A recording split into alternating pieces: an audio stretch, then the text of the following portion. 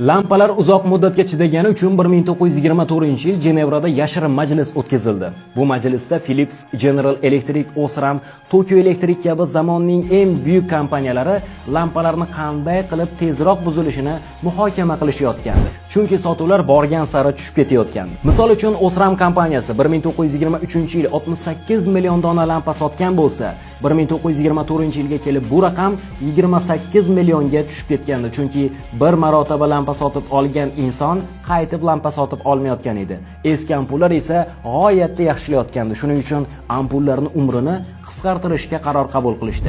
Ya'ni qisqa qilib aytganda, ampullarning chidash vaqtini 1000 soatga tushirdilar va agarda qaysidir shirkat bu soatdan ko'proq chiday oladigan lampa ishlab chiqaradigan bo'lsa, u shirkatga jazo ham berishayotgandi. Bu voqea esa tarixga Foibus karteli deya muhrlandi. Shuni ham eslatib o'tamiz, 1950-yillarda avtomobil uchun tarixdagi eng zo'r himoya mexanizmi ixtiro qilishgandi, lekin bu mexanizmdan nimagadir foydalanishmadi.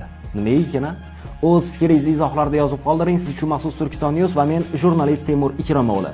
Eng zo'r xabarlar Telegram kanalimizda. Shunda obuna tashab qo'ysangiz, bizni birozgina qo'llab-quvvatlagan bo'lasiz.